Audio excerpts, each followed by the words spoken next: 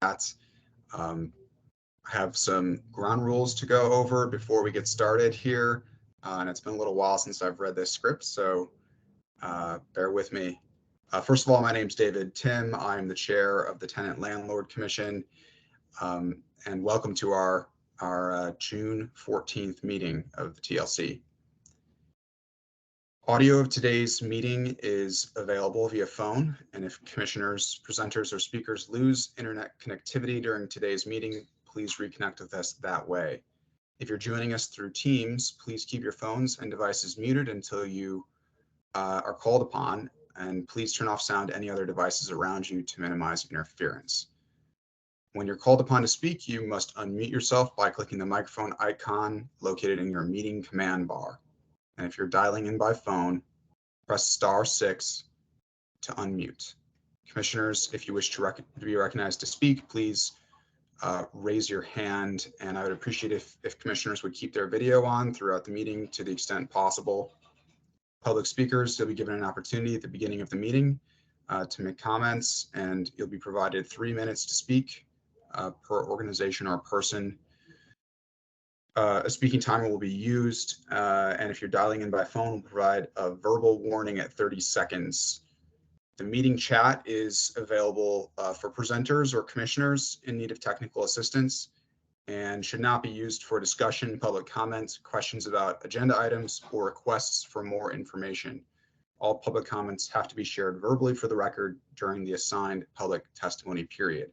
Finally, this is a public meeting, and all information associated with today's meeting, whether written or spoken, is subject to the Freedom of Information Act requirements. All right, thank you for bearing with me through that. It's given me PTSD to our all virtual years during COVID, but I'm glad to see so many of you here with us today. Let's start with roll call, and I think we've got Ryan Whitaker here, correct, Ryan? Present. Thanks. Emily? Present. Otto? Thanks. Sarah Lamford? I saw Sarah. Hey, David. Yes? David, this is Kristen. I'm signed in on my computer, but it keeps telling me that I'm still waiting. Okay, I'll have Rhoda or Hector check to see if they can let you in on the computer. Sorry about that. Kristen, you can just try to sign on in again. Just come on out and come back in again, see if that works. Okay, sure thing. Mm-hmm. Wouldn't be a virtual meeting without some technical difficulties, so thank you for bearing with us. Elder Basurto? Yes, I am present. Great. And I heard Kristen speak, so I believe she's here. Kirit? I am here. Great, thanks. And let's see who I'm missing. I know Matt is absent today, Matt Royer. And Aaron Almanzar, are you present today? Don't see you in the chat here. Maybe you'll join in a minute. And I know Chris is joining us late. Have I missed any commissioners in the chat here?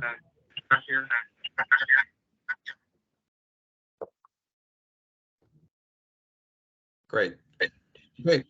Well, with that, we will move to public comments. I'm not aware that we have any pre-scheduled public comment, but Rhoda, let me know if there's anyone we have scheduled. Otherwise, we'll open it up if people have things to say.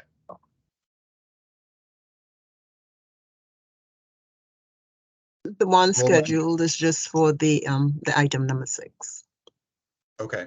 And I'll ask if you are speaking related to the Shelton or the Clarendon Court issues. We have those specifically on our agenda, and so I'd ask that you'd hold your comments to that part of the meeting. Otherwise, are there any public comments from attendees? Okay. We'll move along to approval of the meeting minutes from last month. Commissioners, any revisions to the meeting minutes, which are up on the screen now? If there are no comments, I move to approve the minutes. All right, can I have a second? A second. All right, any opposed to the approval of the meeting minutes from last month? Great. This will Motion- be for April, and we also have May minutes. Okay, so we'll consider that approval for April. Would you just briefly put up May? And I suspect it'll be the same thing, but.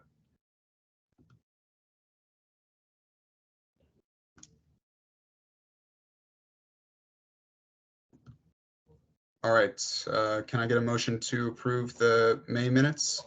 So moved. Thank you, Ryan. I Can I get a second. Thank you. I think I got a second and a third. Any opposed? Excellent. The meeting minutes are approved for April and May. We'll move right into our first agenda item, which is a presentation from the Arlington Community Foundation by Mary Hines. We're very excited to have you, and have been discussing with you about this proposal for quite some time at this point, and glad to finally have you at TLC. Please take it away. Thanks, David. I'm really happy to be here, and I hope to cover kind of the work that the foundation has been doing under an umbrella that we call the Shared Prosperity Initiative since 2019. The top concern of this initiative is focused on our very low income residents who are in danger of being rapidly displaced. And in particular, we focus on people who are living at 30% AMI or less. We care about and work on the issues of affordable housing, affordable childcare, and wages and workforce development as part of this project. Today, I'm just going to focus on the work we've been doing around how can we achieve 30% AMI CAFs at Barcroft. But all of the work that the Community Foundation does is informed by close and longstanding partnerships with the county, with the safety net nonprofits, with businesses, community groups, and research partners like Urban Institute or Brookings. And we see our role, we don't have clients, but we see our role as convener, collaborator, demonstrator. We do run pilots, and of advocates for true systems change work. And so that's just to kind of like place us in the context of what goes on here in the county. So Rolda, if you would change to the next slide, please. One of the first things we thought about when we did this work was what's available to people who live at 30% AMI in our market. And so this chart, which was done using Arlington County 2020 data, basically looks at the rental units and what AMI they rent to compared to the rental households in the right hand. And what you can see here is that for the folks in the gray area, which is our 30% AMI households, we have about 8,000 of those households that are renters. There's another 2,000 people at that very low level who own. But for the 8,000 renters, we have less than 1,500 apartments, which would be affordable to them at the income they're at. When you get up to the 80% bar line there, you can see that we kind of balance out.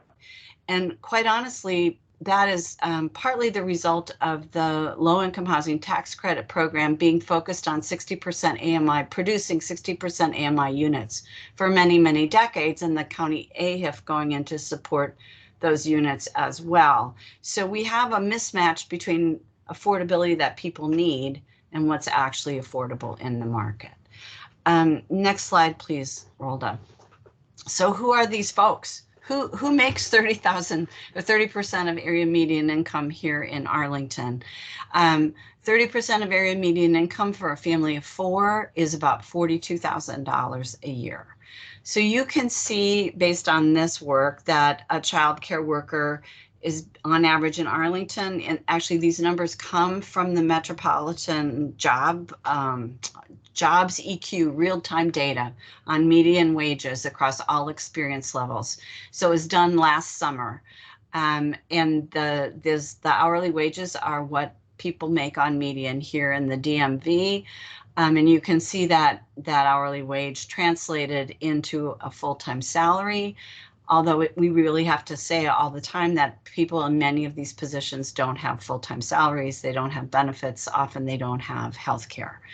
But everybody who does these jobs is living below what it would be considered an affordable income level, affordable hourly rate level to live safely in our community.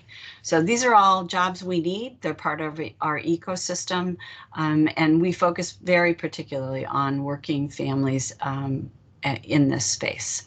Next one, please, Rolda. So what has the Community Foundation been doing? We got some money from Amazon to make some philanthropic investment in buying down units at the front end, basically bringing dollars to a deal to take a 60% unit and buy it down to a 30% rent. And that was trying to get a number. What does it really cost to do that?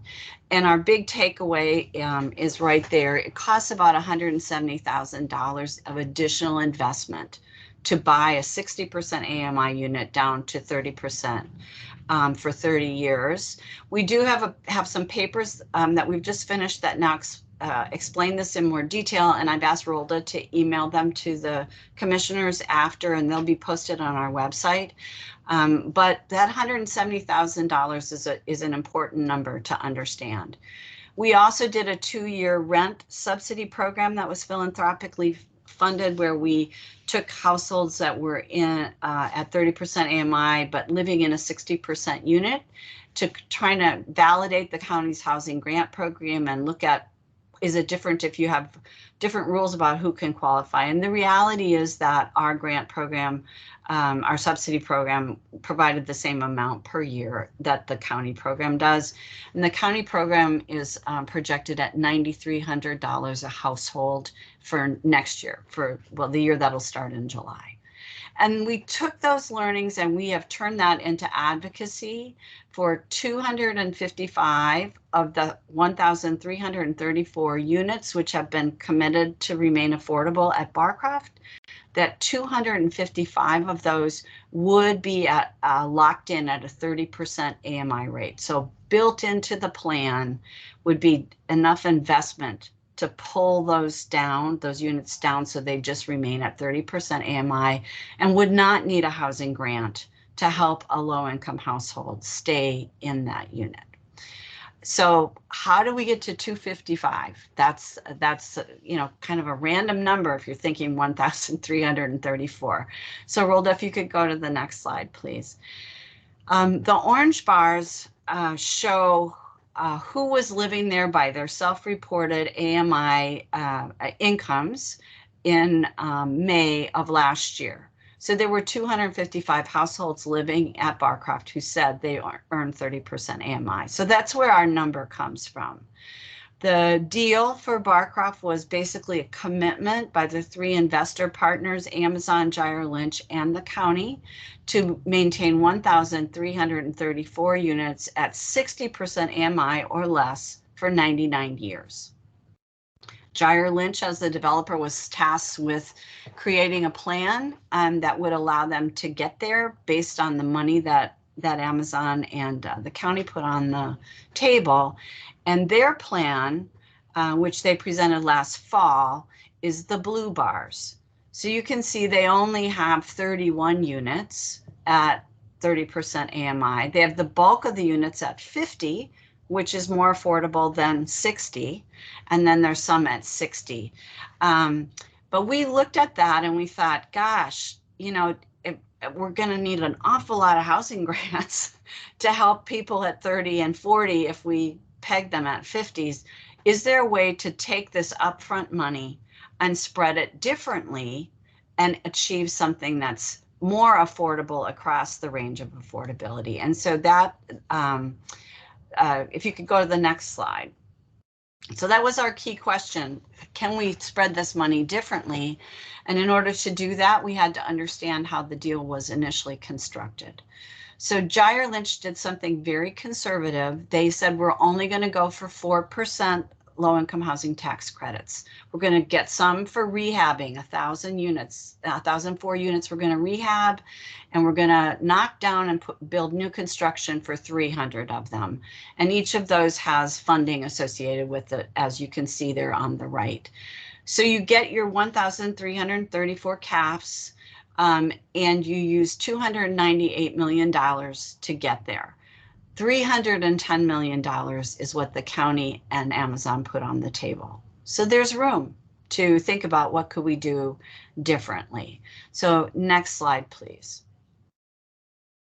So the green bars are what we're calling an illustrative pathway. For all of you who've been doing public policy, you know that there's never just one way to solve the problem. There are always puts and takes. So this is one way. There are surely others, but I wanted to kind of walk you through some of the trade-offs that we made in order to end up with this green bar, the green bars, which more closely mirror the distribution of affordability that's present in the rent, that was present in the renters in May of last year.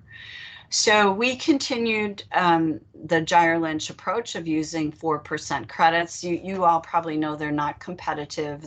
Getting these is not a one, you can only go once a year, etc. But we switched the balance and said, let's only rehab 804 and let's build new for 530. And let's use a tool that's called income averaging, which is something new inside the low-income housing tax credit program that allows you to float some units up to 70 or sometimes even 80% AMI in return for providing lower affordability, 40s and 30s, inside the same dollar amount. So basically it stretches your money over a broader range. So we use a little income averaging there. And then because there was some concern about the way that the deal was written, that there had to be 1,344 units at 60% or below, we added an additional project at 9% credits, which is cheap money compared to 4%. Added another 154, which covered us then for our income averaging and brought more units to the table.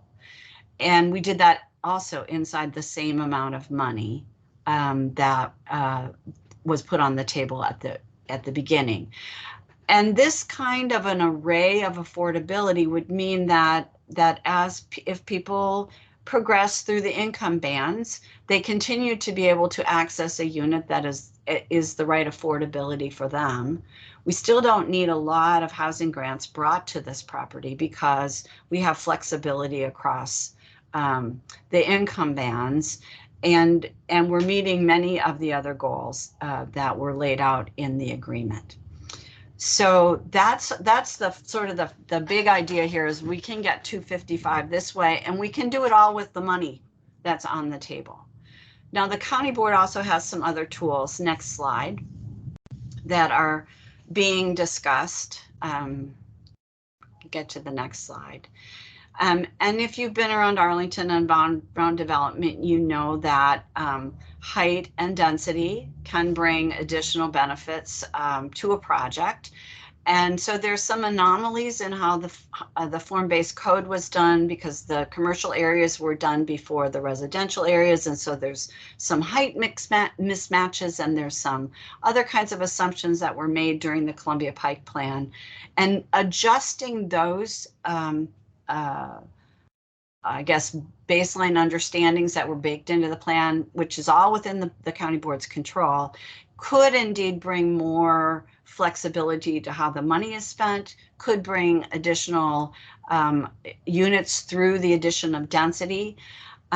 There's also ways to approach parking and some of the other road and infrastructure investments, which could reduce the pressure on the project, therefore freeing up money to bring to affordable housing or to other community benefits. The developer has proposed a community center and an outdoor swimming pool and a few other amenities that really would be incredible for the tenants. Remember that the plan calls for bringing to at least bringing at least twice as many market rate units to this site as as preserved. So this is going to be, you know, upwards of 4,000 units probably when all is said and done. So those are additional ways within the project that we could reduce the need for cash to achieve affordability. All of that is going to be worked through in something called the Master Financing and Development Plan, shorthand is MFDP, that Gyre Lynch and the county are in the process of finalizing. And we keep hearing, we had thought that probably the community was going to get a look at it in the fall. We're now hearing with less clarity about that, but Gyre Lynch is bringing in a small 100 unit project that is down on the 4 Mile Run area. They're taking it to the Housing Commission in July. So they're testing out some of their ideas. Next slide, please, Rolda. There's some other sources of funding too. Historic tax credits. This is one of the very first garden apartments to be built in the Commonwealth. There are things called new market tax credits. There's opportunity zones. There's a variety of other financial tools that it's a 10 to 12 year build out to go from what we have today to the full vision of what will be there. And Gyre Lynch's intention is to bring sections in, every year or every 2 years. So the landscape will change in terms of funding, and it's our view that they should keep working this, and that the intention to end up with an array of affordability should be something that the investors commit to in the MFDP and stay committed to over the life of the project. Next slide, please. So this just basically is a comparison of the two. So you can see how the deal in our illustrative pathway is different from what they put in their baseline. It's sort of a summary chart. And then the next slide, it basically looks at what percent of units at build out would be at 30% AMI, which is often a concern as people think about a bigger community like this. And so you can see that in a baseline scenario, which would bring 1,700 market units, about 8% of them would be 30% AMI. And then when you bring more market rate units, the percentage of 30% AMI units drops while maintaining that 255. And it's the foundation's position at this point in time, given that mismatch that I showed you all in the very first slide, that we need to be very intentional for the next several years about achieving 30% hardwired units, ones that we buy down at the front end through construction cash, that we should be in the 8 to 10% range for every affordable housing project that we do. If we want to try to more right size our affordability to the needs of the people who live here. And I think this is my last slide, but maybe there's one more that just has, this is, I use this for a group that was advocating, but honestly, we've just been really encouraging people to, if you support this goal, to let the county board know and to let Amazon know. Income averaging, as I said, is a new tool about which some people have concern. And we do have a one-pager on income averaging on our website. And then throughout the life of this project, we're going to need to continue pursuing additional funding to bring it home. And then I think now the last slide would have my contact information. So, David, I hope that wasn't too long. It's a lot of information, but I am happy to take questions or not, however you wish. Yeah, I appreciate the presentation, Mary. Thank you very much for coming. It's definitely an interesting issue. I'm not quite sure, and maybe others have gotten it more quickly, but I'm not sure I understand the income averaging totally. So if you wouldn't mind taking another minute, that's sure. My initial question, and then other commissioners, if you have questions, feel free to raise your hand, and I'll call on you to speak. Sure. So the LIHTC program, Low Income Housing Tax Credit Program, was very focused on producing only 60% units. And people don't all come in those nice little 60% packages. And so a couple years ago, the feds, it's all the federal money, the feds said, okay, we're going to allow some variation on this. And the way we're going to do it is we'll allow you to go above 60% to 70% AMI or 80% if you also then bring in a balancing number of very low income units. So it's kind of a 2-to-1 or a 1.5-to-1 ratio. So you go up to 70.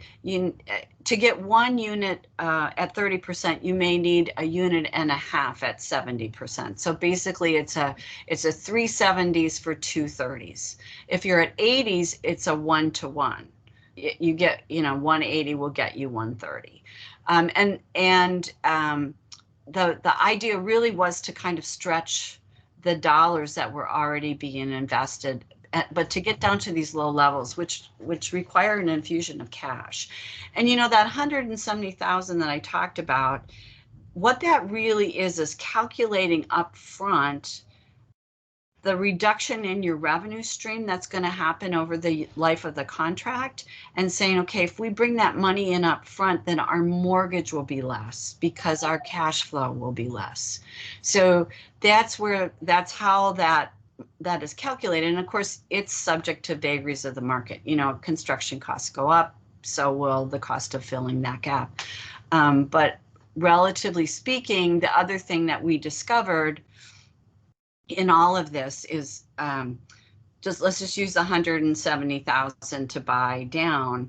If I were to take a $10,000 housing grant for 300 for 30 years, which would be 360 months, right? That would be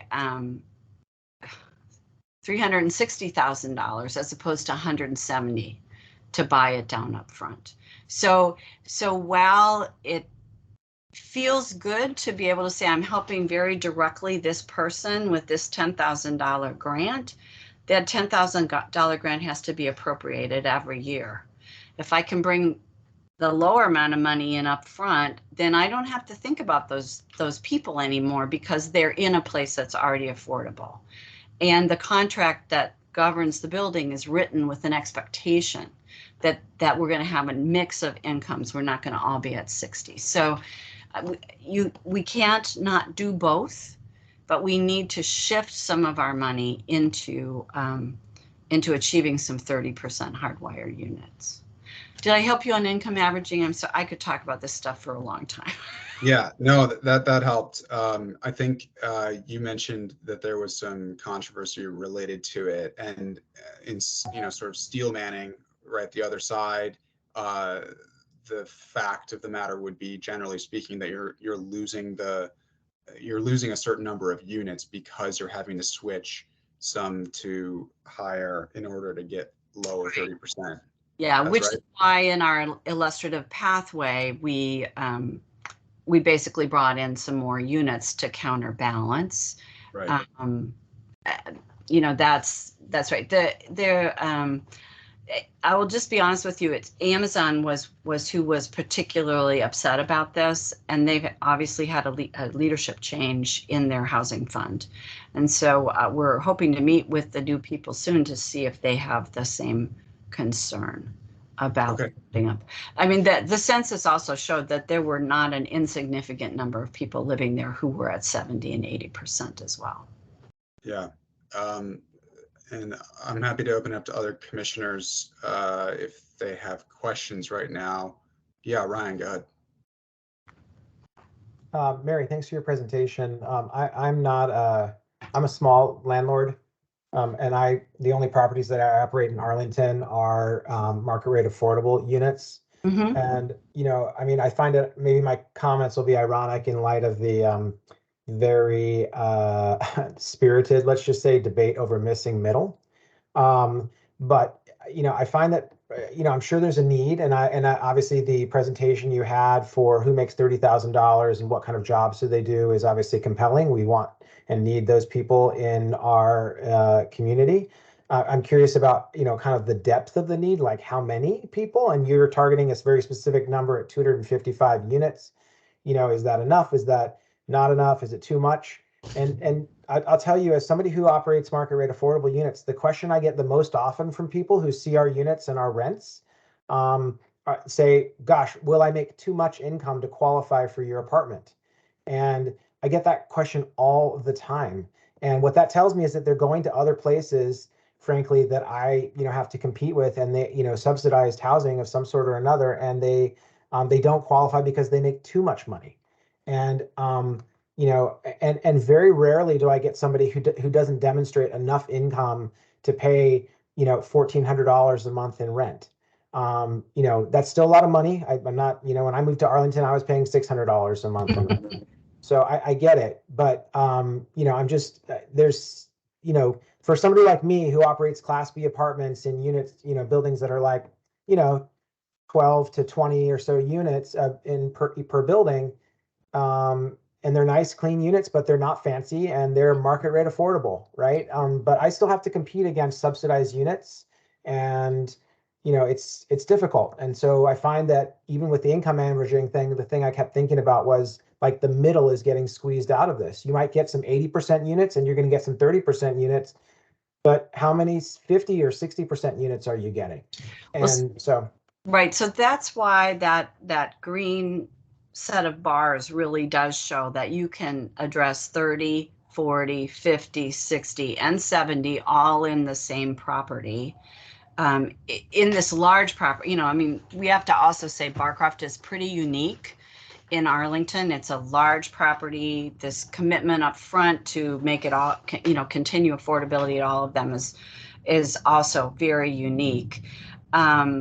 So I would say, the 30% AMI people don't have a lot of options, Ryan. A family of four is making $42,000 a year. That, 15, that's a lot of money for rent when you have a couple of kids and are doing other things. And there are, per the census, and we've checked these numbers since the 2020 census, there are 8,000 renter households in Arlington who make 30% AMI or less.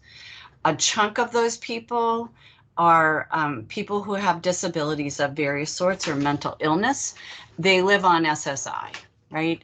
There's a chunk of them that are older who don't have a lot of income, that they're stuck.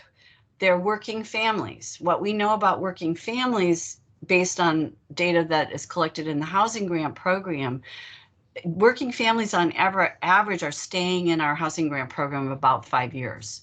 So if you think of that, somebody has a baby and 5 years later they go off to school. I think that this is partly how people with small children are managing, who are working these jobs. So we're not, I hear you. And honestly, as a board member and as a community member, I'm so grateful for people like you who are, providing people with safe, decent housing in small amounts. Not everybody wants to live in big high-rise buildings at all. So, but it's about, to me, as somebody who sat on the county board, this is about what's our community's commitment. We're already putting $28-30 million a year on the table for AHIF and housing grants. Who do we want to help, and what is the most efficient way to help them? And I think focusing on this gap that we have at 30% of just a dearth of, it's just. Well, don't get me started on housing grant money. I've had expressed opinions on this in the past about whether I think that money is being used efficiently or not. Because I bought a property that had housing grant money, and there were deplorable conditions that those people were living in, and I bought it and renovated it. And I don't have any. Not that I would turn it down. I'm not legally allowed to turn it down, but I don't have any subsidized tenants right now, and I still have market rate units, and they're nice units. I wish the people that were living there before, it just bothers me when somebody takes, public money and takes advantage of their residents. It just really bugs me. It should bug all of us, honestly, because it's all of our money that's being misused. So I hear you. Those are legitimate concerns, and we should be looking at them as these policies move forward. Okay, well, thanks. I just want to quickly let the record reflect that Chris Wimbush is present. Are there any other commissioner comments? I see Sharita, you have your hand raised. I'm not exactly sure who you are. So would you just introduce yourself briefly? Hi, David. Yes, I would love to introduce myself. My name is Sharita Sweeney, and I am the Emergency Assistant Manager for Arlington Thrive. And Kathy, thank you so much for extending that invitation to me. She's my colleague here at Arlington Thrive. And so I just have a couple of questions, if you don't mind, Miss Mary. I know we mentioned that we would lose a couple of 30% AMI units that you planned on replacing. And so how soon do you plan on replacing them? And if I'm quoting you incorrectly, please let me know. Right. So first of all, the Community Foundation, Sharita, doesn't have any units. Okay. We don't have units at all. Okay. We are looking at this deal, this big deal that the county did, where they committed to 1,334 units at 60% AMI for 99 years. And we, the foundation, are saying we can spread our money differently and end up with an array of housing across 30, 40, 50, and 60 that more closely mirrors the mix of incomes that the tenants today, or actually last May, a year ago, May, 18 months ago now, that those tenants had. Because that was the role that Barcroft was actually playing in our market. I had affordability for people at those various incomes. And so what we're doing is advocating to the county, to Gyre Lynch, and to Amazon that they commit to that number of 30% AMI units as a long-term commitment. And we tried to show in our illustrative pathway that it's possible to provide the whole array using the money they already put on the table. That we don't need to bring more money to this deal necessarily in order to provide units that are affordable to households at these incomes. Does that make sense? It does, but I have another question, if you don't mind. That's good. I noticed that the 40% AMI was completely missing. What is the plan of action to help tackle that for those individuals? Maybe they could put Rhoda, could you put the slide up that has the 3 colors that's called illustrative pathway? It might be easier to put that image in front of us. So the plan that has nothing for 40%, Sharita, is Gyre Lynch's plan. That was the plan they initially submitted. So I don't know, it's probably maybe slide 6, Rhoda, or 7. Yeah, okay. So those blue bars, that 960 in the 50s, that shows 0 in the 40s, that was what Gyre Lynch proposed when they did their first initial proposal. And first of all, it doesn't have hardly any 30s at all, which we were bothered by. But we also recognize that the only way you bridge down that 960 units down to those lower is to give those households a housing grant. That's how you close the gap. So they're in a committed unit, but they need more money in order for it to be affordable to them. And so we said, well, let's see if we can spread this money differently and end up with 30, 40, 50s, and 60s. And so that's what those green bars are. That's the Community Foundation's way of saying one way to get to something that meets many of the goals, but doesn't have this glut of affordability in one place that will basically cause us either to have all those units migrate to the 50% level, or need for lots and lots of housing grants, which is, as I said, is an ongoing appropriation of money. Does that make sense? It does. Thank you so much for the clarity. No problem. Yeah, thanks for the question, Sharita. I'm sorry, I didn't know who you were. I was informed that your colleague Kathy was going to be presenting, and so I wasn't aware you were going to be here. It's okay, David. You'll know Yeah. who I am after today, so that's what Okay, matters. good. So thank you. Well, fantastic. Thank you so much, Mary. Unless there are any other commissioner questions, I think we're going to move to our next agenda item.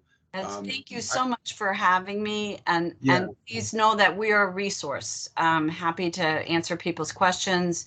All of our work is on our website under economic prosperity. So, Thank you.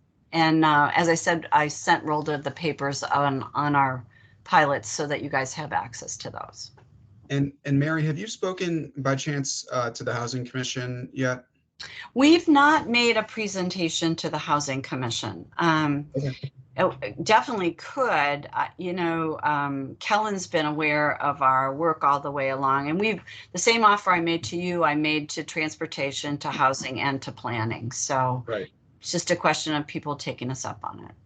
Okay. Yeah. No, I was just curious whether they had seen it yet. And I guess I think what we'll probably do is we'll not vote on this whether to send a letter today. I want to give commissioners additional time to review, the website and the materials you provided after this discussion.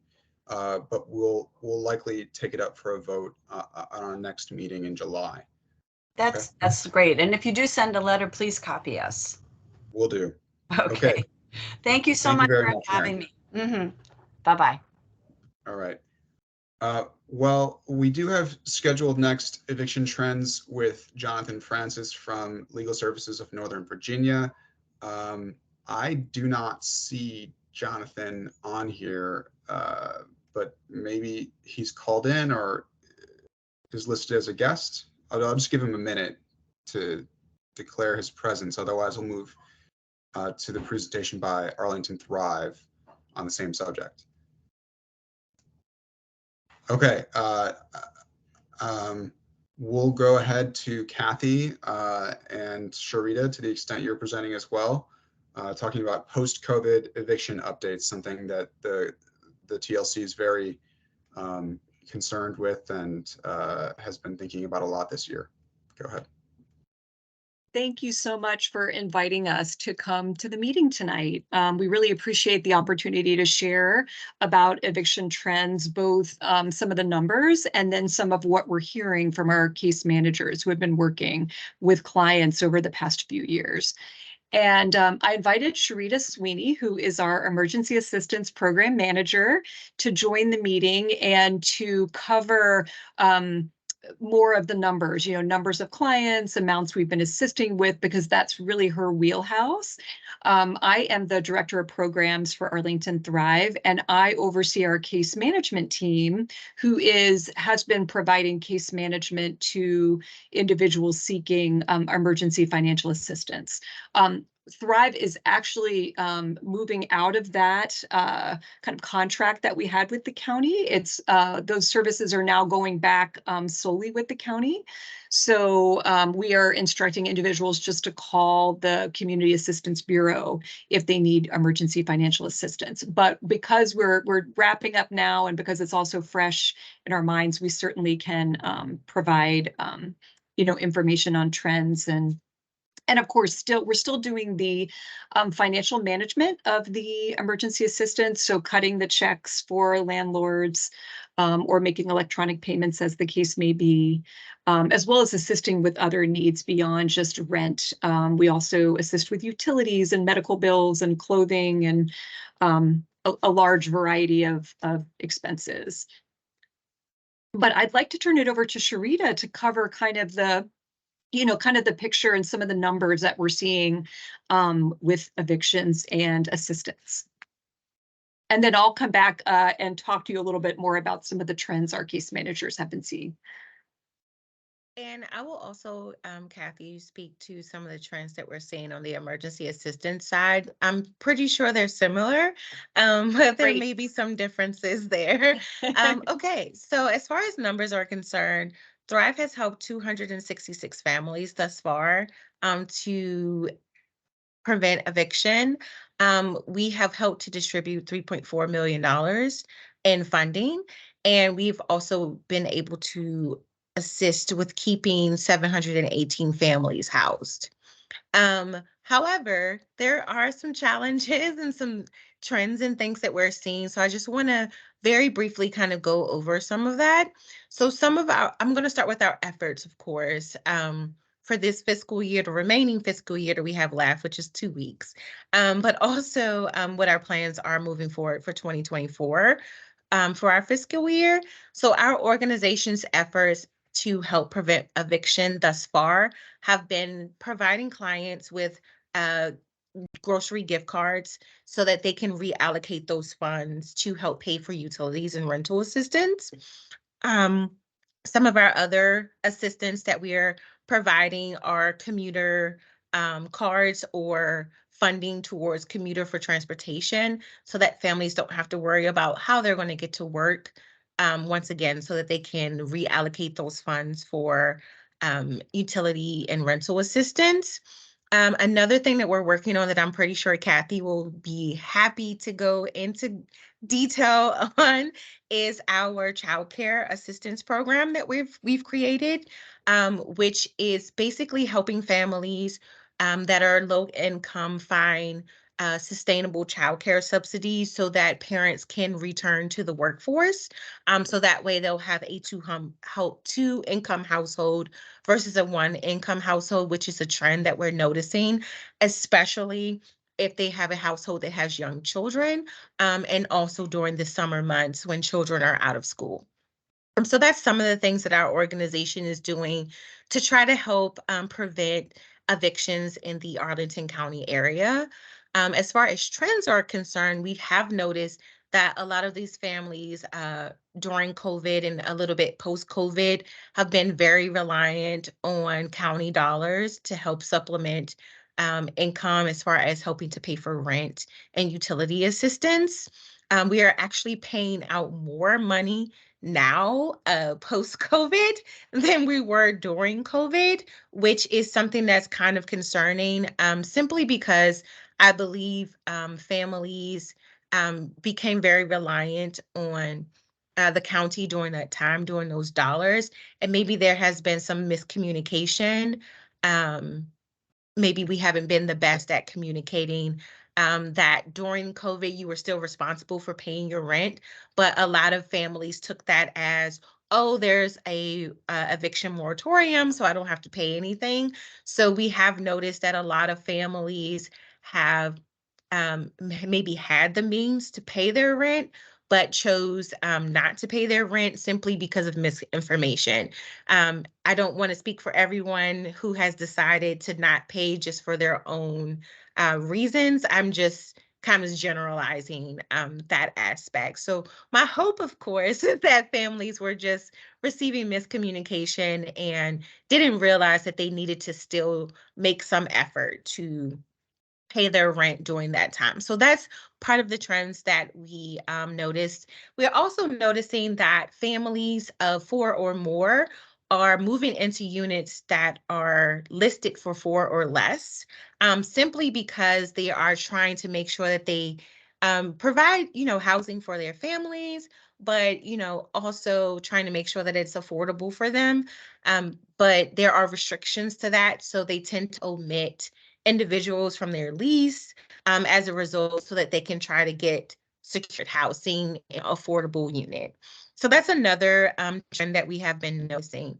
Some of the challenges are, of course, that churches and different organizations are quickly running out of money because a lot of the Arlingtonians are relying on dollars from different nonprofit organizations, churches, the county to kind of help supplement that additional cost for rent. And so a lot of people are running out of money quickly. New caps that are being implemented relatively quickly as well, with either little to no transition time, are causing families to self-evict. Because they just don't know where they're going to get this additional monies from to help kind of get them out of the deficit that they're in. So those are some of the challenges that we're finding. And the main thing is the cost of living is going up, but wages are not increasing to help supplement those costs of living situations that are increasing throughout the county and throughout the US. And so that's one of the main things that we're finding. Another challenge that we're unfortunately coming into is the increase of fraud due to people just being desperate, and they're just trying to make sure that families are secured housing, they're feeding their children and so on and so forth. So they're omitting information just to try to better their chances at getting assistance. Thanks, Kathy and Sharita. I was hoping to pair this with some eviction trends from Legal Services of Northern Virginia. I presume, are you seeing, I shouldn't say I presume, are you seeing, you mentioned increase in self-eviction. Are you also seeing a correlated increase in just general evictions, or do you have any insight Yes. into whether those Yes. evictions are okay? Absolutely. Yeah, there's no secret that the homeless shelters are full. Um, the main thing that the county is kind of relying on is like, hey, we'll be happy to help you with our caps. However, we need to make sure that you're able to pay your rent going forward. And so a number one trend that we're seeing is a lot of these families are taking those 60% AMI units, but they really should be taking a 30% unit. So they're going back to the county hoping that they'll get assistance to kind of make up for what they're lacking. But unfortunately, the county with these new caps are unable to help as generously as they were doing in the past. So a lot of these families are taking these 60 AMI units, hoping that they would gain assistance from other organizations, but they're finding out very quickly that a lot of these organizations are completely out of money, or they're not able to help in the capacity that they were perhaps maybe last year or even the beginning of this fiscal year. So a lot of families are self-evicting to prevent an eviction on their credit, which will prevent them from finding housing in the future. So that's one of the main trends that we're finding, is that people are evicting themselves simply because they don't know what else to do, or who else to ask for assistance for. And when you say self-eviction, you're essentially saying they're breaking the lease and leaving the property Correct. prior to the end of the term? Okay. Correct. Prior to, the sheriff's or going to court and they're saying you need to be out by this date. So instead, they're moving prior to that, Mhm. not knowing that they could potentially be putting themselves in harm's way, more so than helping themselves, because they're thinking they're doing the best that they can do for their families, which I completely understand. And we've been talking about trends. Are we talking about the last 6 months, the last 12 months? Yes, the Okay, last 6 months. last Mhm. 6 months. All right. And what sort of data is Thrive collecting on what you call self-evictions or evictions in general? What sort of data has Thrive been gathering? We don't have So data yet, but Kathy, you can go ahead and take this one. But we don't have a lot of data yet. It's just more so clients, just the feedback that we're getting from social workers, from clients, and also local landlords as well. But Kathy, if you want to chime in, please feel free. Okay, sure. No, thank you, Sharita. So Legal Services of Northern Virginia sends out a report every week with the evictions that are scheduled for that week. Right. And so, unfortunately, their representative isn't here to give you some of that data, but they do have it, and I'm sure they would be happy to share it with you. I know Sabrina Ware is a relatively new staff member with Legal Services of Northern Virginia, and she is spearheading like a regional housing meeting to talk about kind of post-pandemic, eviction trends and housing issues and all of that. So she might be a good contact. And if you want to follow up with me, I can connect you with her contact information. I'd be happy to.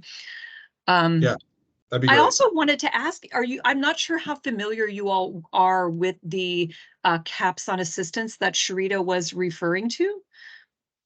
I think we are aware that there are caps. We've had some presentations to that effect, I think from Okay. county staff over the last 6 months. But I don't know that I could cite the amounts or the restrictions to you off the top of my head.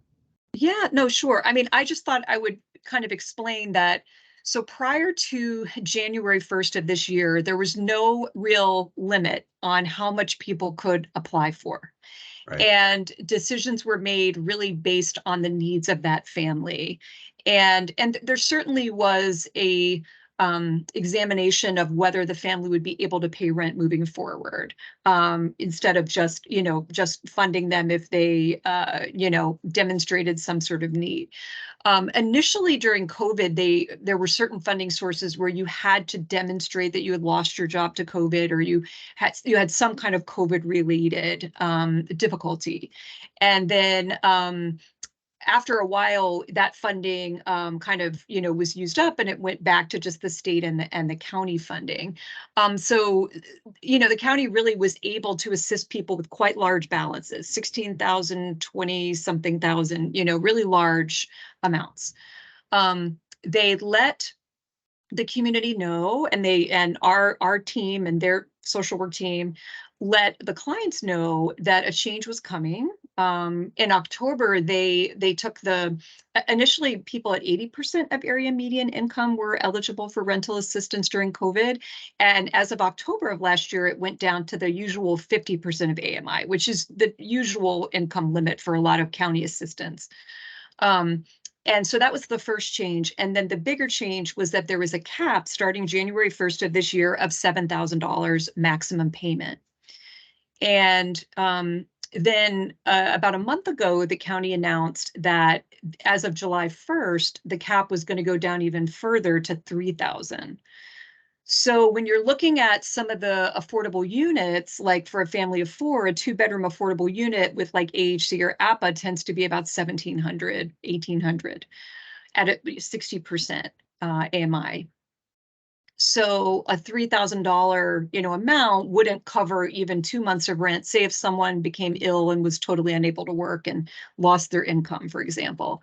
So it's a big change from how things were during the pandemic, where really, I mean, the biggest, I think, effort was to keep people from becoming homeless. And so these caps have been put in place, but I think the clients, and Arlington residents at large, are having trouble adjusting, because they may have, as Sharita mentioned, they may have adjusted their budget during COVID thinking, oh gosh, at least I have rent covered. Now I can pay utilities. Now I can buy enough food for my family. I can, really meet more of those needs that maybe they weren't able to meet before. And so now, when they're having to go back to, paying rent in full, it's a change, right? And this is not everybody. Some people have been very, responsible about prioritizing rent and, the whole time, but there's a certain percentage of people that I know our social work team and the county social work team has been working with to talk to them about, you're going to need to pay this rent moving forward. How can you adjust your budget? What can you do? Can you move to a smaller unit? Can you, get a better job? Can you get a second job? Can you increase your hours? What could you do to kind of cut costs? So and also explaining to Kathy what necessary bills are and what luxuries are. And so that's been conversations we've had to have, unfortunately, with a lot of residents as well. So not to cut you off, Kathy, but just to explain that. Yeah. I mean, I think it's just one of these things, our a lot of our lower income families, they really live from week to week. It's when they're always stressed and they're always worried about money and planning, out. Long-term planning can be more difficult in that situation. So it's tricky. And I really appreciated Mary Hines' presentation, kind of highlighting the need for these 30%, 40% units, because just like she said, and just like Sharita mentioned, people are moving into these 60% AMI units and they really can't afford them. So you know, if they're eligible for the housing grant, definitely they're being referred to apply to the housing grant. And one thing, there was a meeting of the Housing Action Arlington group earlier today, and Heather Venner was sharing that the rental caps on the housing grant program are increasing. So that's a good thing, because, you know, that way, you know, residents can get more of their rent, you know, covered, because they're not totally up to market rate or anything, but they're higher than they were. So that should be a little bit more helpful. And there's actually a study group looking at the housing grant program and looking at possibilities for expanding population. So right now you either have to be a working family with children under 18, or you have to be elderly or disabled. And so single individuals are not eligible for the housing grant. Right. So there's a need for that for many people in that Right. population, especially the elderly. There was a representative today from, I think it was like the Northern Virginia Aging Alliance, who was talking about the elderly people who are on a fixed income, who, you know, maybe they've reached an age where working really isn't a possibility anymore, or maybe they have health issues, and so their income is extremely, extremely limited, and they, you know, they're really in that 30% AMI group. So it's such a multifaceted, you know, issue. And just to also piggyback on that, and then I promise I'm done talking. A lot of the Section 8 housing lists are starting to open up this year. That's been federally mandated. So Arlington County will be opening their Section 8 waiting list. 3 of the main things are that they have to be either the 30% or low in order to qualify for the housing grant. They have to be either elderly or a household that has has children in it under the age of 18. Or they have to be disabled. So just to give you all that line of sight, hopefully that means that we'll be able to keep more people housed if they're qualifying for those Section 8 programs. But this is federally mandated. So all of the counties at some point in time this year will have to open up their Section 8 housing waiting list. And I believe last year or the year before last, it was just for one day.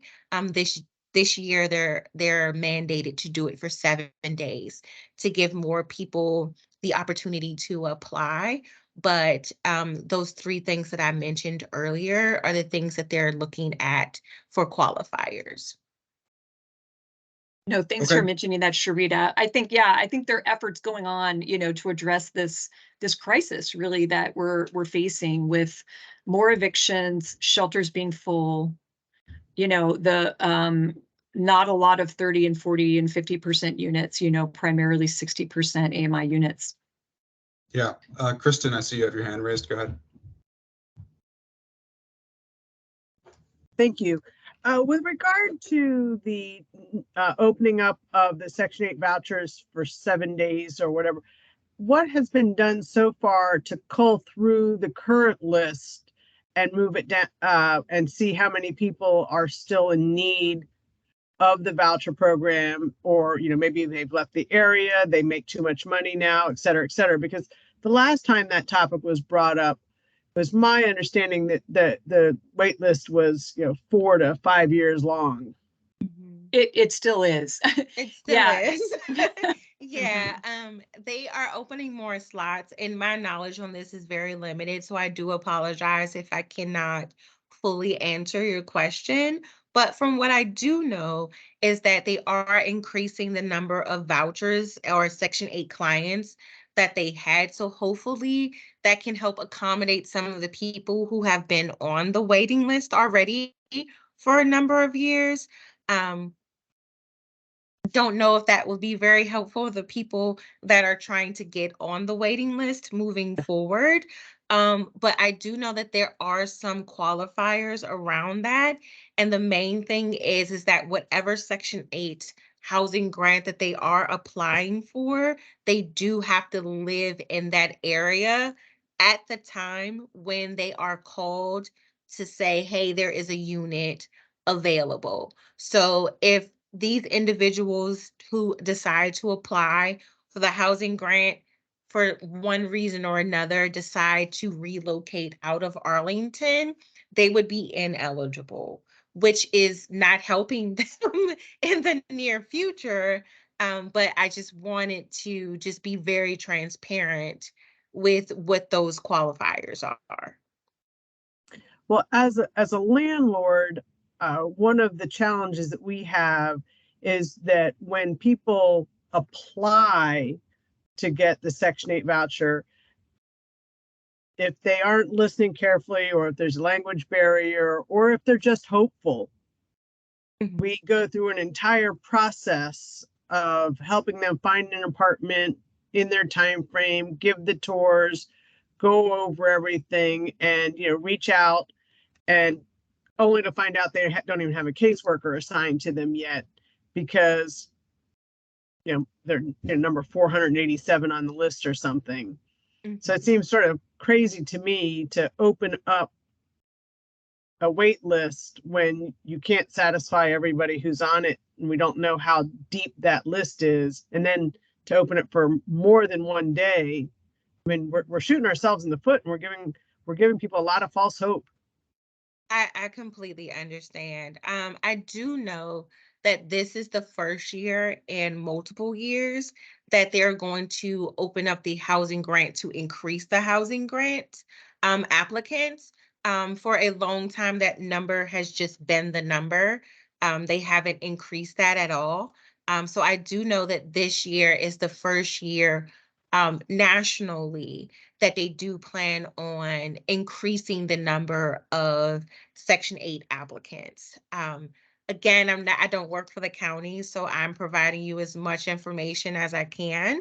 But that is one change that I can confirm that is different this year as opposed to prior years. Okay, thanks for that question, Kristen. Elder Basurto, go ahead. Good evening. Hi, I'm Elder Basurto here. I wanted to ask you, does this include mental illness as well? It will, yes. Behavioral health is included in that. Okay, thank you. And do you know where the what is there somewhere where that would be listed when these different counties will open up the list? Did anyone hear that? I'm sorry, I had a hard time making that one out. Yeah, No. I can't quite understand. You're a little muffled, Elder. Can you guys hear me now? Yes, Yes. thank That's you. so much better. Yes. Thank you. Sorry about that. That was a Bluetooth issue. I'm wondering if there is somewhere where it's listed where they will be opening these Section 8 list vouchers in the different counties. I know that the county is planning, Arlington County that is planning to open in the fall.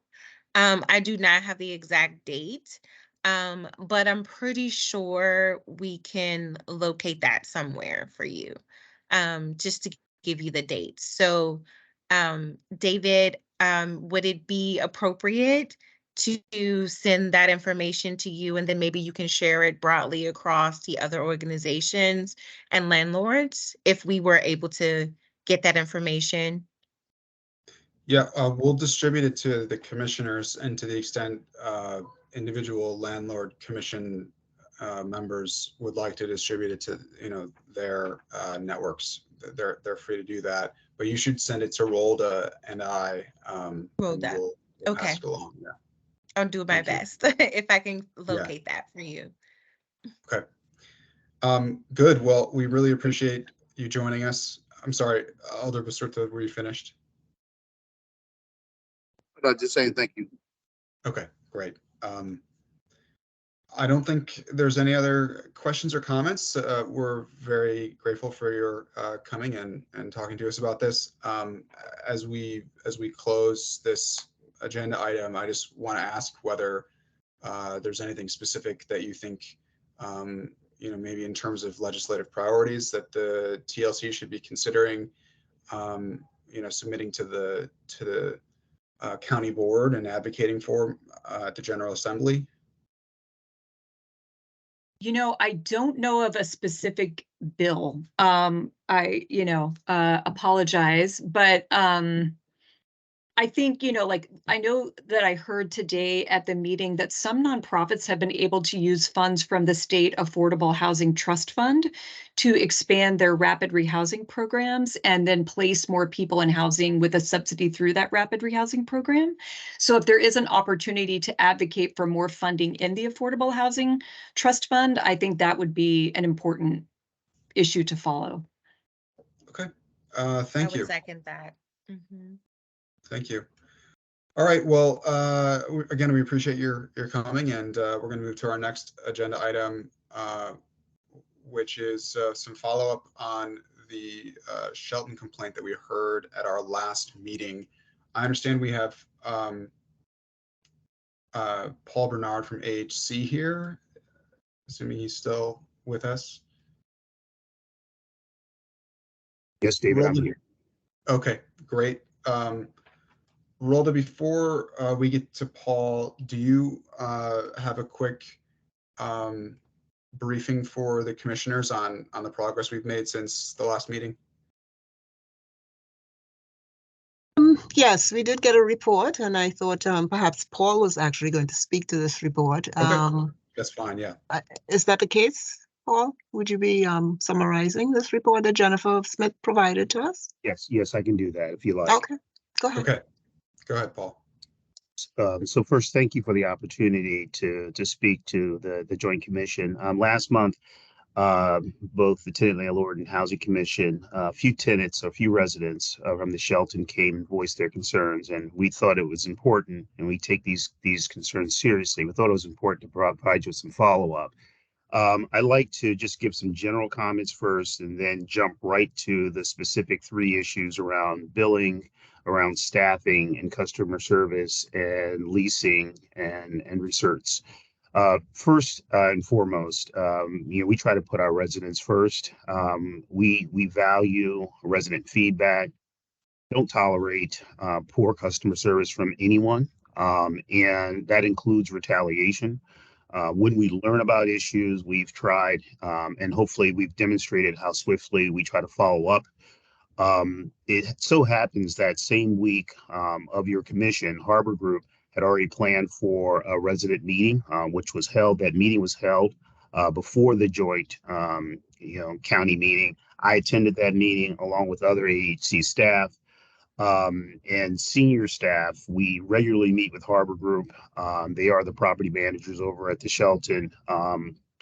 And lastly, we've developed and distributed some resident concern guide for all of our AHC communities to ensure that there's no ways to both report issues and bring issues up if needed, and as well how to escalate those issues. Now, with respect to the three things that emerged around billing, a specific bill that was quoted to be $5,000, as well as other bills in general around utilities and fees.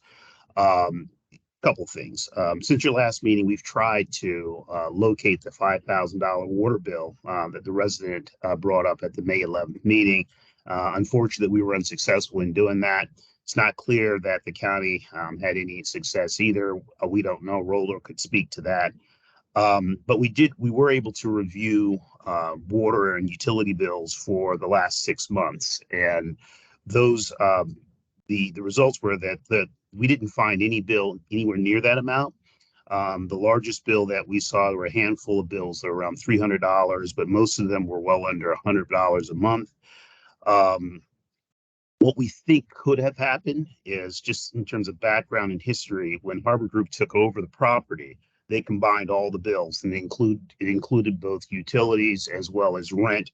And maybe there was a mistake in that regard, mistaking an older bill, but we ceased that process in 2022. But maybe there was a mistake in terms of just believing that older bill was consistent with what we're doing going forward.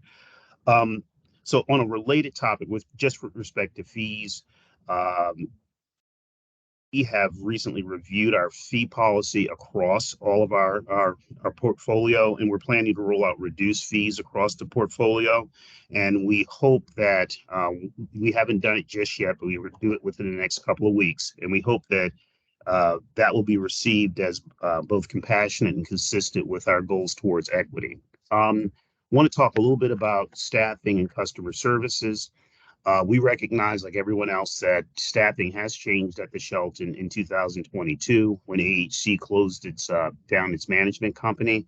And we're continuing to work with Harbor Group as well as other property management partners to ensure that the staffs are well trained, customer focused, and in terms of how they serve our communities.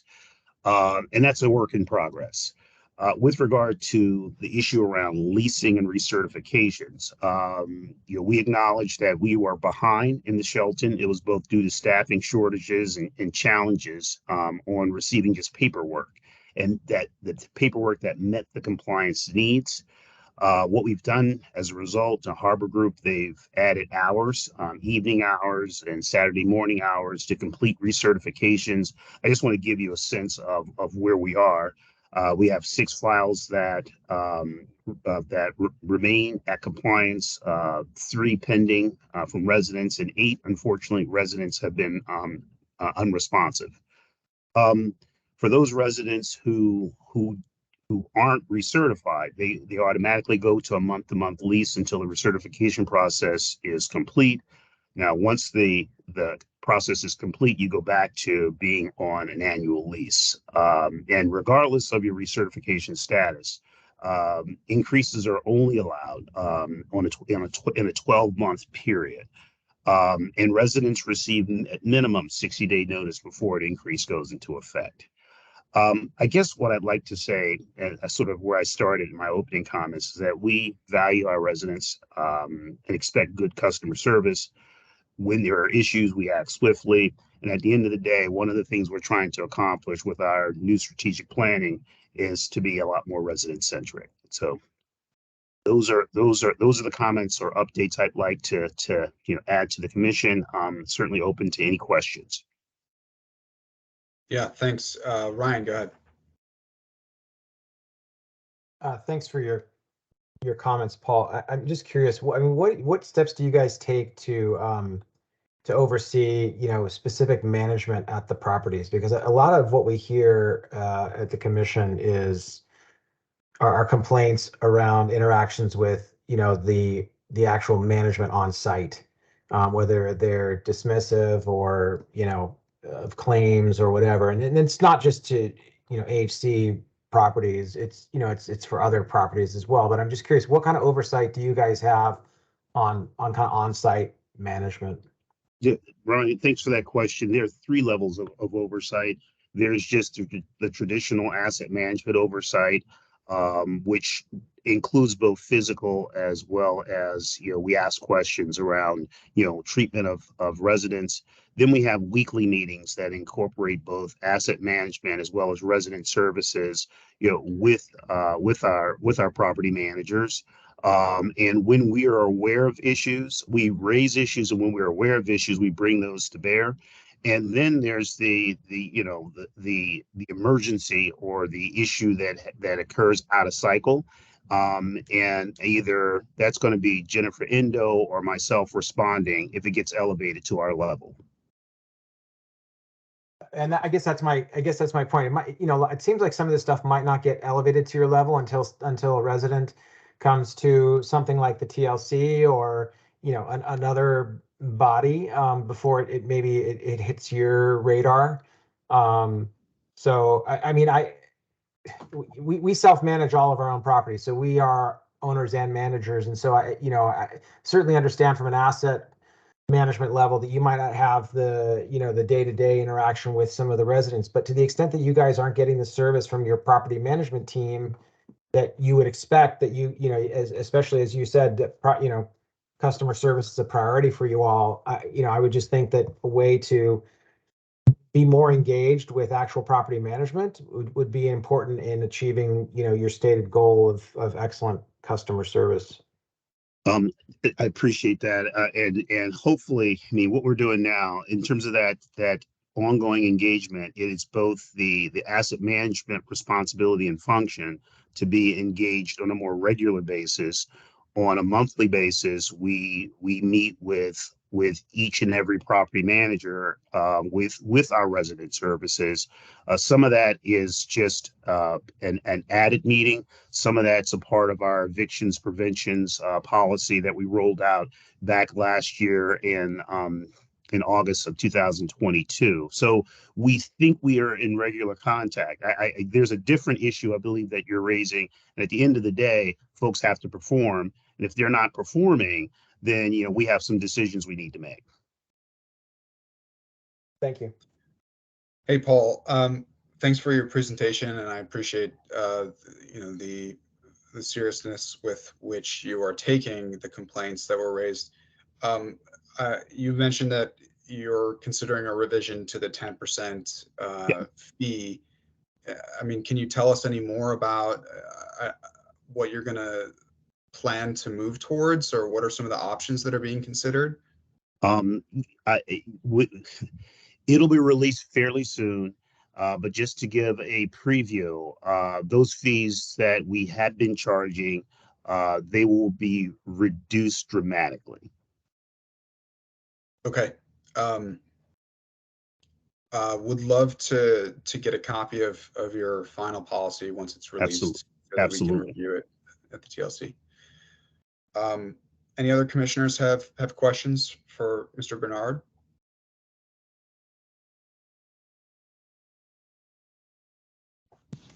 Yes, hi, Zelda. Go ahead. Go ahead, Elder. Emily, and then Elder Basurto. I wanted to know, were you made aware of these complaints before Arlington County staff had reached out to your team? No, was not. Were any of these surprising to you? Yeah, it's the especially the $5,000 water bill. That was surprising to me. And I had during the tenant resident meeting that we had, I had the bill in front of me, and I was looking through the bill and I couldn't find. And I reached out to see if we could either identify the resident or get the paperwork or the bill. I was promised that I was going to receive the bill, but I did not receive it. And do we have a copy of the bill from the last meeting? I just checked on that with Rolda, Emily, and I don't think we do have a copy of it. We should have the person's name though who attended the meeting, right? We do. And Okay. we've tried to get in touch with him and follow up with him repeatedly, and we never found him again. But, that's not unusual for Mr. Frank, so. Okay, Emily, yeah, thanks. And Elder Basurto?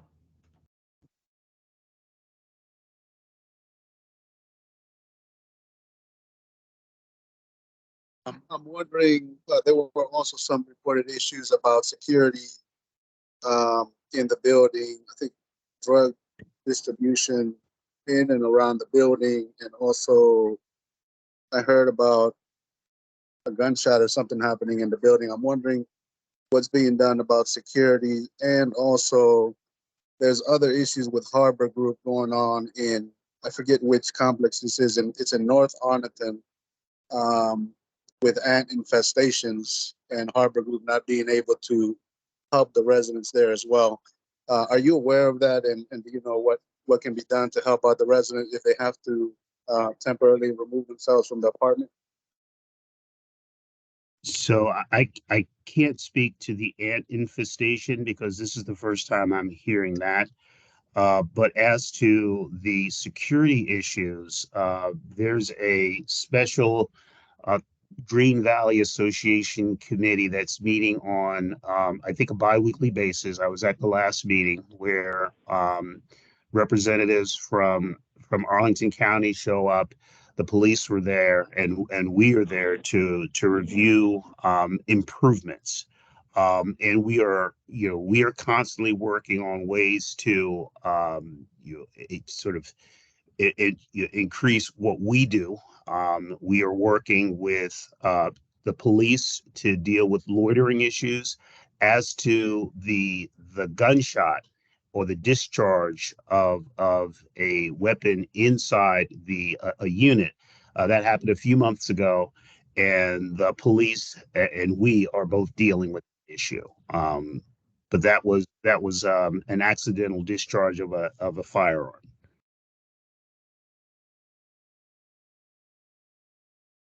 Any other questions for Mr. Bernard?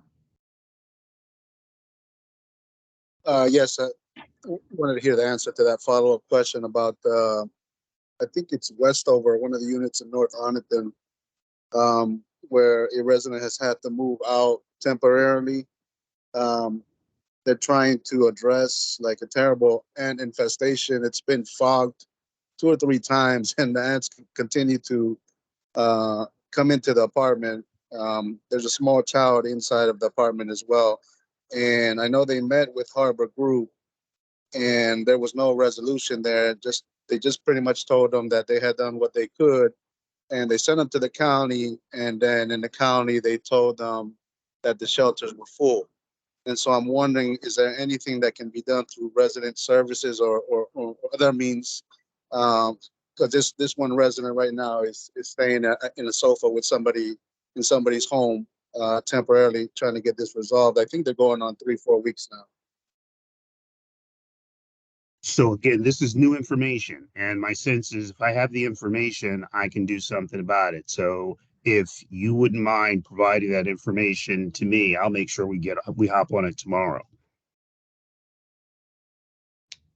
Yeah, and Elder Basuto, to the extent that you provided to Mr. Bernard, I think we'd like to take a look at it and coordinate with the county on it and try and verify what's going on. Perfect. Thank you. Okay. Unless there's anything else, we'll move along to an update on Clarendon Court. And thank you very much for your time, Mr. Bernard. We appreciate you coming to the TLC, and thank you for taking these complaints seriously. Thank you. Appreciate it. All right. So for Clarendon Court, I think Roldo. Yeah, here we go. Perfect. So we received a response. I think we included it, if I'm not mistaken, in the. Well, either way, we've got it on screen here. I'm not sure if we distributed it. I think I did. Okay, yeah. I'm just trying to navigate on my phone and not working quite as well as I hope. So I think that after we received a response, including this one, the person who had made the complaint, or one of the individuals who made the complaint, had followed up by saying that they were still experiencing issues with the pest control, and had provided some new photos. Is that right, Rolda? Am I remembering correctly? I think I've got her email here. Yes, they provided two photos of the bushes referred to here, which was, the management company removed the bushes, which apparently they thought the rodents were perhaps living in the bushes. So the 2 photos that were sent indicated a before and after removal of the bushes. But in addition to that, I believe that the complainant sent a bunch of additional photos. Right. Part of the difficulty with this project, with this particular property, is that there is a lot of disposal of trash after hours and on weekends, and the trash is coming from elsewhere. And housing staff has indicated that this apparently is occurring at several properties where people are bringing trash from elsewhere and depositing it in these receptacles at various properties. And this one happens to be one of those that's experiencing that problem. So it's an ongoing problem. With the new photos that were sent, they have been forwarded to the code enforcement inspector who's there in addition to our staff inspector on housing staff who provided these comments here, these responses, these questions that were given to the property management company. So I guess the bottom line is it's continuing. It's an ongoing problem, and I guess some additional resources perhaps need to be thrown at it. But at this point I'm not sure what the strategy is. Yeah, and I think likewise, we received a response from management that said that they hadn't observed any homeless people sleeping in the laundry room areas, but they didn't provide any indication that they were going to secure the area more. It's still insecure, basically. I think that, I think we should push back on the management company at least on that point, and continue to let them know that to the extent that code enforcement thinks that the trash issue is something that they can address. Where's code enforcement? I know we got these questions out to the management company, but has code enforcement found any violation, or where are they in the process of reviewing it? So I did not get an update from code enforcement. I just once we got additional information, feedback from the complainant, I just sent the email to code enforcement. Yeah, there wasn't much of a response. I think it was earlier this week, so on the 12th. All right, so I guess we'll continue to give them an opportunity to follow up, and we'll await an update at our next meeting. In the meantime, I think we should affirmatively ask them to secure the laundry room. Yeah, Sarah, go ahead. Oh yeah, I just I appreciate that, David, and I'd like to see the email responses from the management company as they come in. I apologize for sending my email to everyone in violation of the rules for public meetings, but you could probably tell from my email that I feel like they blew us off a little bit, especially on the safety issue.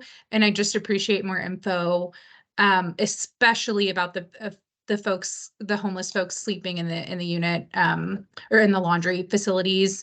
That answer didn't really satisfy me. So I just appreciate the continued push on this, and thanks, Rhoda, for sending that out.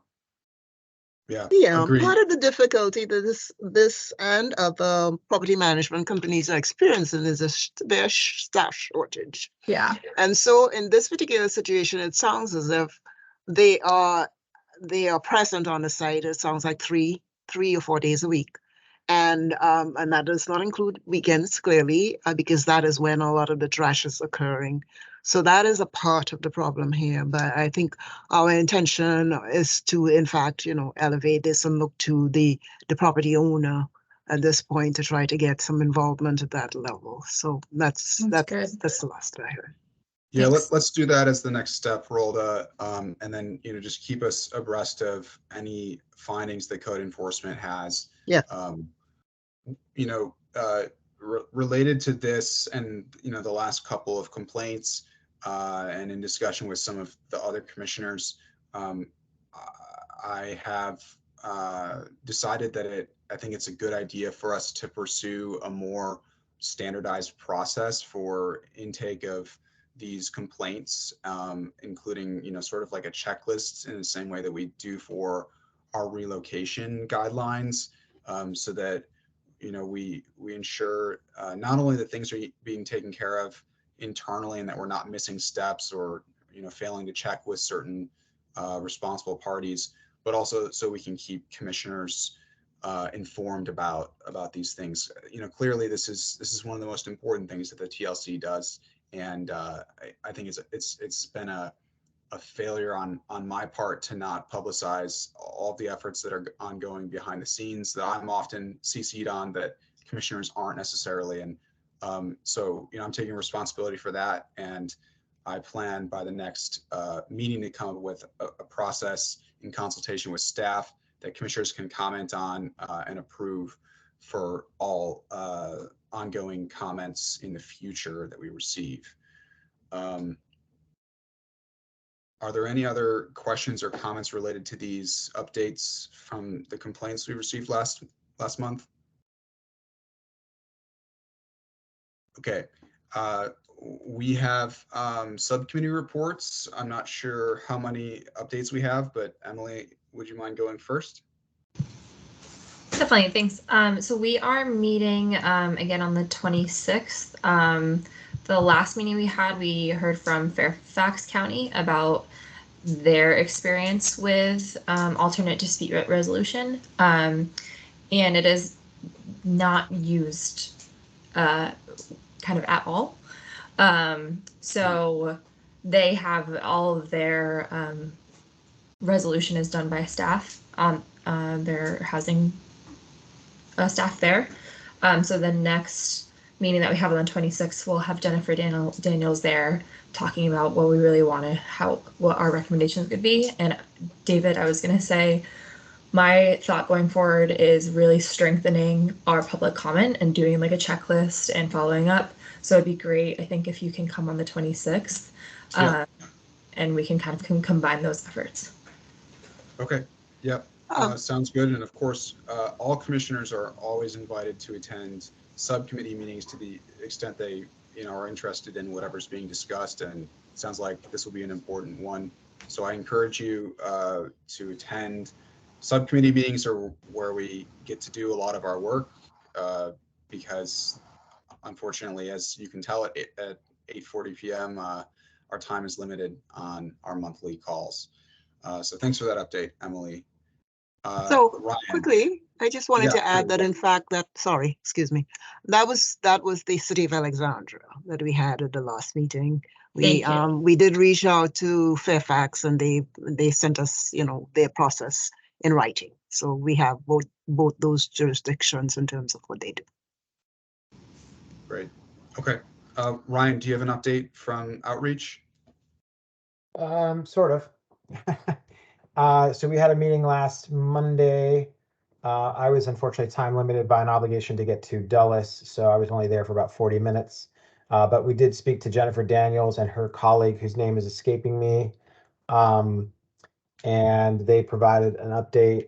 Well, essentially, they followed up on the comments that we had from the joint meeting in May, where we understood that they were working on some resident outreach efforts. To be honest, I was frustrated from the outcome of that meeting last Monday, because it seems as though some of the things that we've been talking about at the TLC relative to tenant outreach and some of the ideas and things that we were planning on undertaking are basically being already done by the housing division. And it's frustrating that A, we didn't know that, and B, that, we weren't maybe more involved in that process. I think we would have some good input. I don't know how seriously the housing division staff would have taken that input if we'd been given it, able to give it earlier. They did show some things, some very attractively designed materials on their, during the presentation that they gave us, asked us for feedback kind of on the spot. I think we had a couple things. Again, I don't know how seriously that feedback will be taken. They did generously offer for us to be their network to distribute this stuff, which I was kind of frustrated by, but so I really don't know what the future of the outreach subcommittee will be if the housing division is taking it upon themselves to spearhead outreach. So happy to hear what other commission members think about that, or other subcommittee members. I know Matt's not here, but Kirit did attend that meeting last week. So.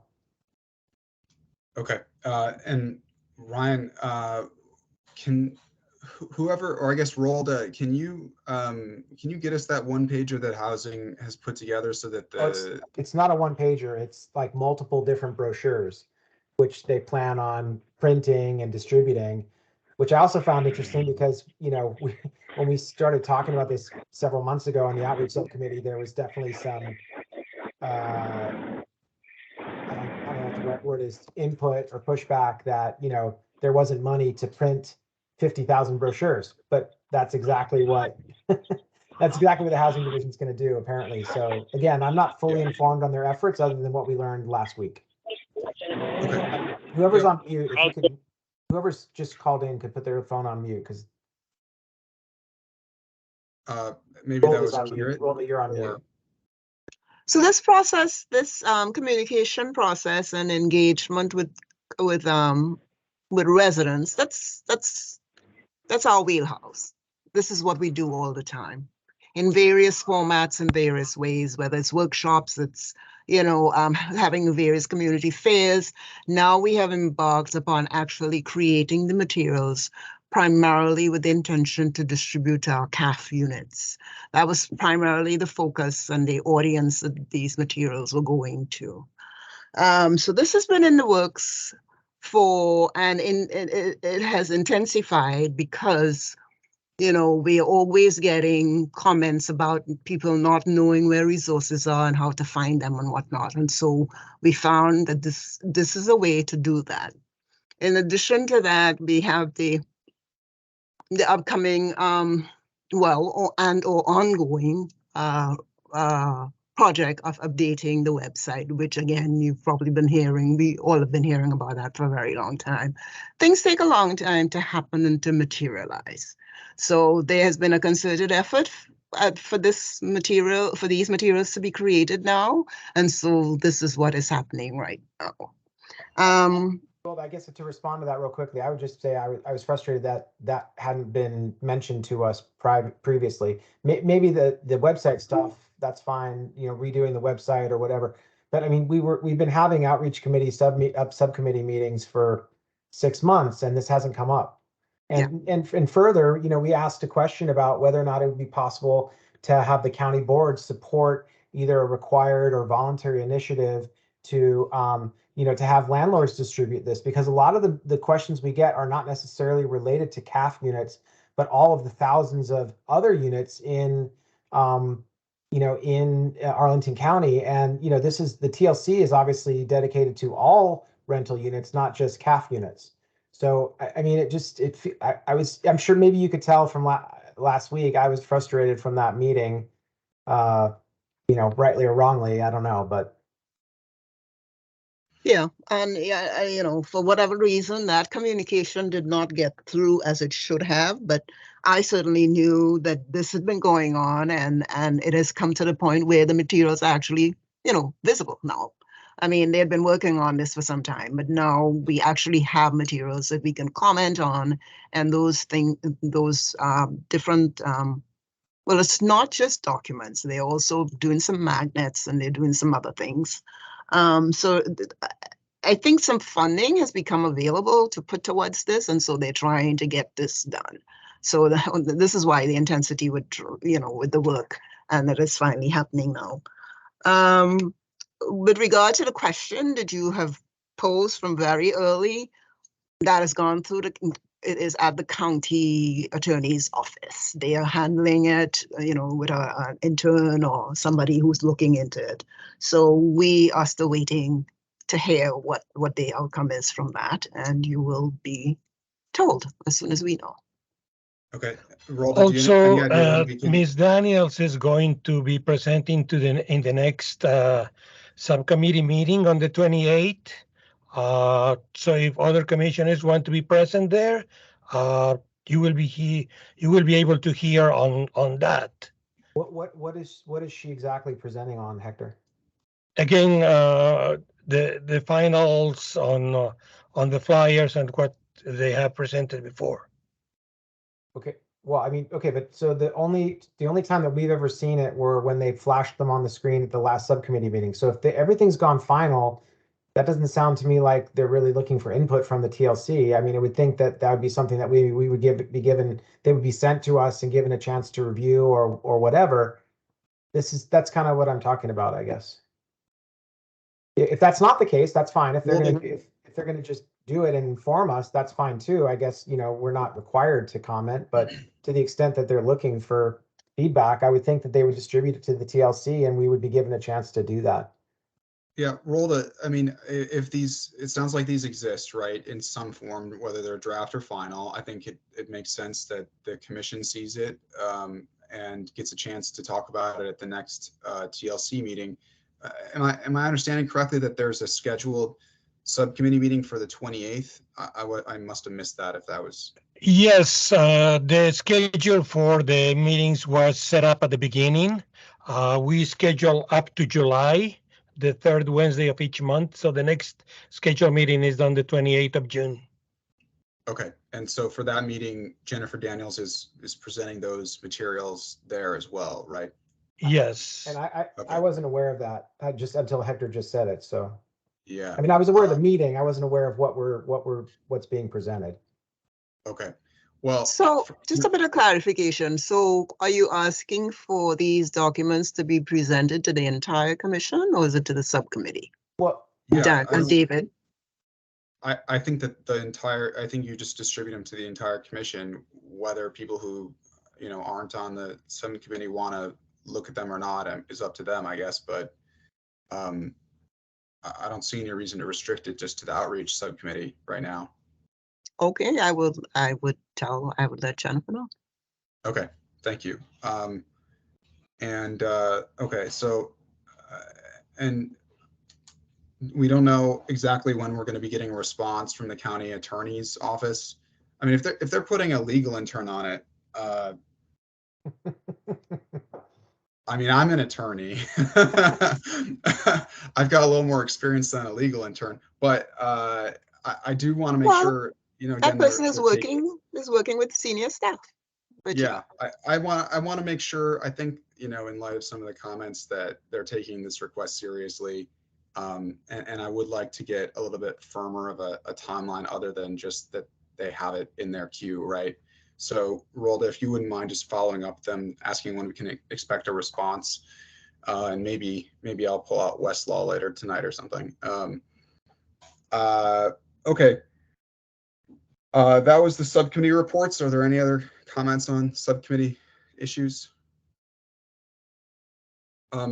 Lastly, Housing Commission just adopted someone has their phone unmuted. If you're going to speak, go ahead. Otherwise. Yep. David, I was just going to say, I apologize for the feedback. I was just going to say, I agree with what Ryan said, that there is question about duplicate efforts, but I don't know about, I don't know, maybe it's a good thing that the county doing it has big resources, so that they can put it out and print it better than we as a commission. That's my comment on that later. I appreciate that, Kirit. I think, just closing thoughts on this as we've been talking about it. I think, Ryan made a good point. Like, if these things are geared towards CAFs, maybe there still is some room for us to, push something forward to the county board, to request additional funding to distribute to more than just CAF units. Whether it's a voluntary program or not, I think is a question that'll be determined by the county attorney's office. But I don't see what prohibition there would be against providing a resource to landlords who want to voluntarily include, one pager that aligns with that's distributed to CAF units. Anyway, again, I'm not on the subcommittee, and I don't want to step on anyone's toes, but just don't want to abandon the effort because the county is also taking a crack at it on a limited basis. Okay. So it's not on a limited basis. I mean, I'm saying to you that this was the focus. Right?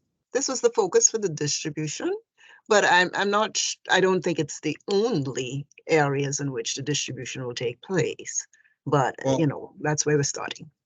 Yeah, well, I guess then it's good that we'll have that upcoming subcommittee meeting, because it seems like we really haven't gotten a full sense of what the county is planning on this. And obviously this is an issue that we want to have some input on. So I think that we'd like to get a full-throated explanation of the plan from the county at the next subcommittee meeting. Okay, great. Finally, and then we'll, unless there's any reports from staff, we'll go. The Housing Commission recently adopted an equity framework that Rolda will provide to the commissioners following this meeting. I'm not going to talk about it very long because we've run out of time, obviously, but it just takes a look at issues that come into the Housing Commission or the TLC if we were to adopt it, and tries to ask questions in sort of a principled way about who's benefiting from whatever policies being discussed, what communities might we be forgetting or leaving out. It really is just sort of a more standardized way of thinking about issues that come across TLCs into our wheelhouse, to make sure that we're not unintentionally leaving out communities that aren't necessarily towards the top of every conversation. I'll let commissioners take a look at that document once Rolda distributes it after the meeting, and we can talk about it and vote on whether we approve it at the next meeting. But I'd ask that you just take a moment to consider it, and I suspect that I'll be voting yes on it, because I think it only helps us be more rigorous about our approach to policy and complaints and questions that come to the TLC. Okay, great. Anything else from staff, Rolda?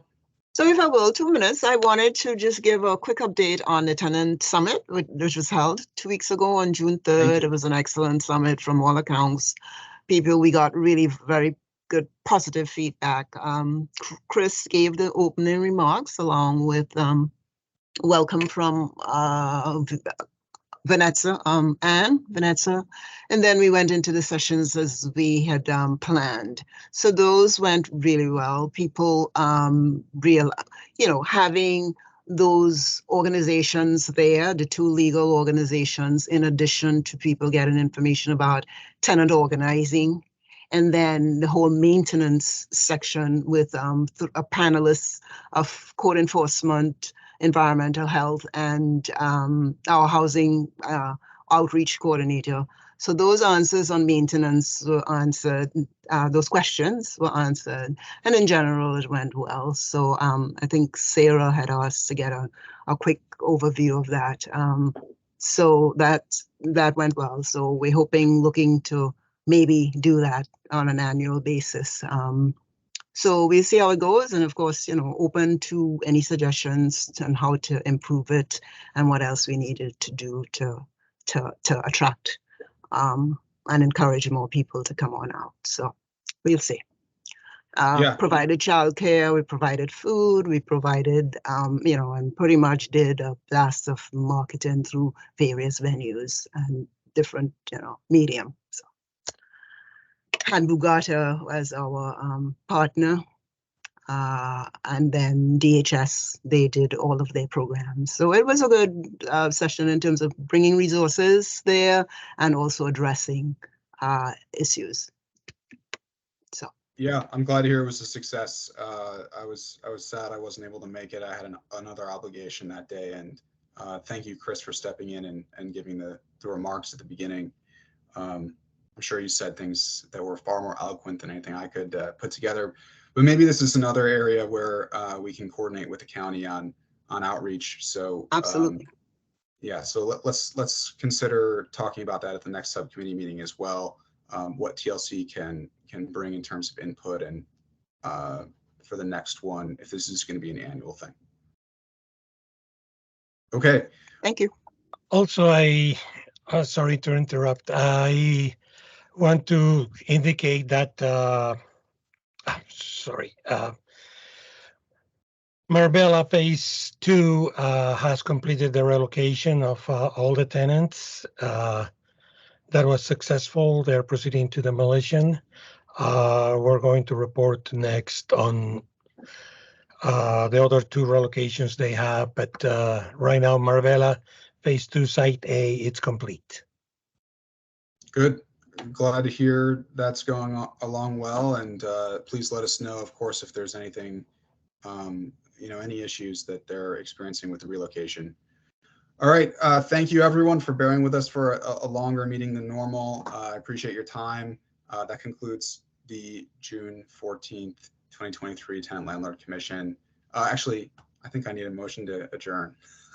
So I'll moved. make a motion. Oh, Thank you, Sarah. Thank you, Ryan. With hearing none opposed, that concludes the June 14, 2023 TLC meeting. Thank you. Thanks. Bye, all. Good night, all. Before you leave, David, could you possibly include me on